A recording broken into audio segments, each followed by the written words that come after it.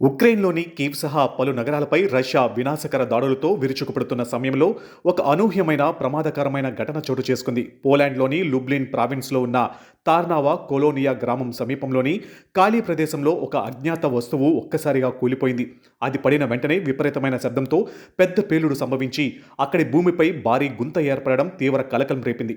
ఈ భయంకరమైన పేలుడు దాటికి తమ ఇళ్లు కదిలిపోయాయని, చెవులు చిల్లులు పడేంత భారీ శబ్దం వచ్చిందని పోలీసులకు ఫిర్యాదు చేశారు. ఘటనా స్థలానికి సంబంధించిన దృశ్యాలు ప్రస్తుతం సోషల్ మీడియాలో విపరీతంగా వైరల్ అవుతున్నాయి. దీంతో పోలాండ్ ఆర్మీ తక్షణమే రెస్పాన్స్ అయ్యి అసలు అక్కడ కూలిపడింది రష్యా ప్రయోగించిన మిస్సైలా లేక ఉక్రెయిన్ ప్రయోగించిన ఎయిర్ డిఫెన్స్ క్షిప్నా అనే కోణంలో దర్యాప్తు ప్రారంభించింది. ఈ ఘటనకు కొన్ని గంటల ముందే రష్యా దాడుల నుంచి తమ వైమానిక సరిహద్దులను కాపాడుకోవడానికి పోలాండ్ తమ యుద్ధ విమానాలను గాల్లోకి పంపింది. పశ్చిమ ఉక్రెయిన్ ఆకాశంలో డజనుకు పైగా రష్యన్ క్షిపణులను పోలీస్ ఎయిర్ డిఫెన్స్ సిస్టమ్స్ గుర్తించాయని, అవి తమ సరిహద్దులకు తీవ్ర ముప్పుగా మారడంతో ముందస్తు చర్యగా ఫైటర్ జెట్లను రంగంలోకి దించామని పోలాండ్ ఆర్మీ వెల్లడించింది. మరోవైపు ఉక్రెయిన్ రక్షణ సైనిక స్థావరాలను లక్ష్యంగా చేసుకుని నేల, గాలి, సముద్ర మార్గాల ద్వారా లాంగ్ రేంజ్ ప్రిసిషన్ ఆయుధాలు, అటాక్ డ్రోన్లతో భారీ స్థాయిలో దాడులు నిర్వహించినట్లు రష్యా రక్షణ మంత్రిత్వ శాఖ అధికారికంగా ప్రకటించింది. ఉక్రెయిన్ను దెబ్బతీయడమే లక్ష్యంగా రష్యా నిర్వహించిన ఈ సుదీర్ఘ దాడి వల్ల అనేక నగరాలు అగ్నిగుండంగా మారాయి.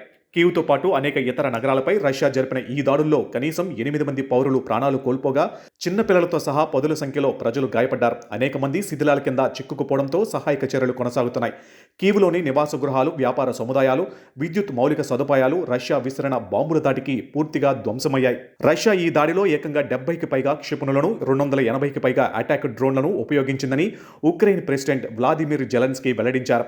ఉక్రెయిన్ ఎయిర్ డిఫెన్స్ దళాలు 260కి పైగా డ్రోన్లను గాల్లోనే కూల్చివేశాయని ఆయన ప్రశంసించారు. అయితే భాగస్వామ్య దేశాల నుంచి తమకు సరిపడా ఎయిర్ డిఫెన్స్ మిస్సైళ్లు అందకపోవడం వల్ల రక్షణ చర్యలకు తీవ్ర విఘాతం కలుగుతుందని ఆవేదన వ్యక్తం చేశారు. అమెరికా పర్యటనలో భాగంగా అధ్యక్షుడిగా ఉన్న డొనాల్డ్ ట్రంప్ను జెలెన్స్కీ వైట్ హౌస్లో కలిసిన కొద్ది గంటల్లోనే రష్యా ఈ స్థాయిలో విరుచుకుపడడం గమనార్హం.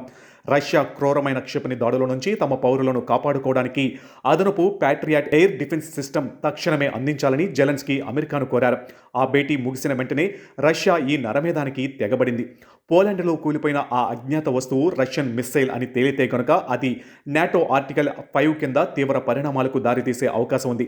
నాటో సభ్య దేశమైన పోలాండ్ భూభాగంపై రష్యా దాడి చేసినట్లు రుజువైతే ఉక్రెయిన్ యుద్ధం రష్యా వర్సెస్ నాటో కూటమి మధ్య ప్రత్యక్ష పోరాటంగా మారి మూడో ప్రపంచ యుద్ధానికి దారితీస్తుందనే భయాందోళనలో వ్యక్తమవుతున్నాయి.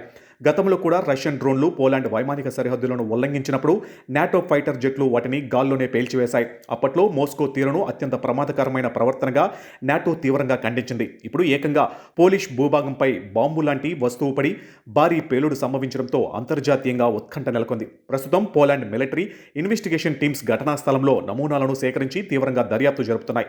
ఈ విచారణలో తేలే నిజాల ఆధారంగా పోలాండ్, నాటో కూటమి ఎలాంటి నిర్ణయం తీసుకుంటాయోనని ప్రపంచ దేశాలు తీవ్ర భయాందోళనలతో గమనిస్తున్నాయి.